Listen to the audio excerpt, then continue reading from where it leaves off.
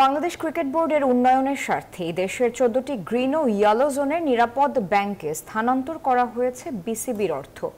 এই প্রক্রিয়াটি সম্পন্ন হয়েছে ফিনান্স এবং টেন্ডার ও পারচেজ কমিটির সম্মতিতেই। এক সংবাদ বিজ্ঞপ্তিতে বিষয়টি নিশ্চিত করেছে বিসিবি। আর বোর্ড সভাপতি ফারুক আহমেদের দাবি, অনেকেই তাদের ব্যক্তি স্বার্থে কাজ করতে না পারায় তার বিরুদ্ধে ছড়ানো হচ্ছে মিথ্যা তথ্য। এবার সমালোচনায় মুখ খুলেছেন বিসিবির সভাপতি ফারুক আহমেদ। অর্থ ব্যবস্থাপনায় অভিযোগের জবাবে তার স্পষ্ট বক্তব্য, সবই বিসিবির উন্নয়নের স্বার্থে করেছেন।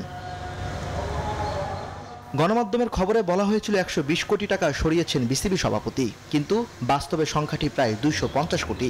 ঝুঁকিপূর্ণ ব্যাংক থেকে সঞ্চয় সরিয়ে দেশের 14টি গ্রিন ও ইয়েলো জোনের নিরাপদ ব্যাংকে স্থানান্তর করা হয়েছে। এই উদ্যোগে শুধু ঝুঁকি কমেনি, বেড়েছে আয়ও, সঙ্গে মিলেছে নতুন স্পন্সরশিপ এবং অবকাঠামো উন্নয়নের প্রতিশ্রুতি। আমরা তো একটা নতুন দেশে আসলাম, এখন তখন আমরা জানি ব্যাংকিং সেক্টরটা কতটা ভালনারেবল ছিল, এবং ওখান থেকে অনেক ব্যাংক রেড জোন, অনেক টাকা বান্ডেল থাকলে প্রতি সেনমানিতে টাকা বাঁচবে।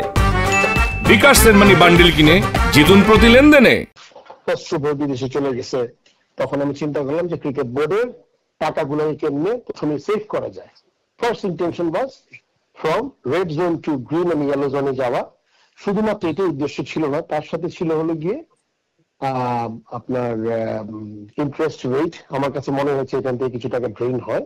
অভিযোগ উঠেছে বোর্ড পরিচালকদের অনুমতি ছাড়াই অর্থ সরানোর।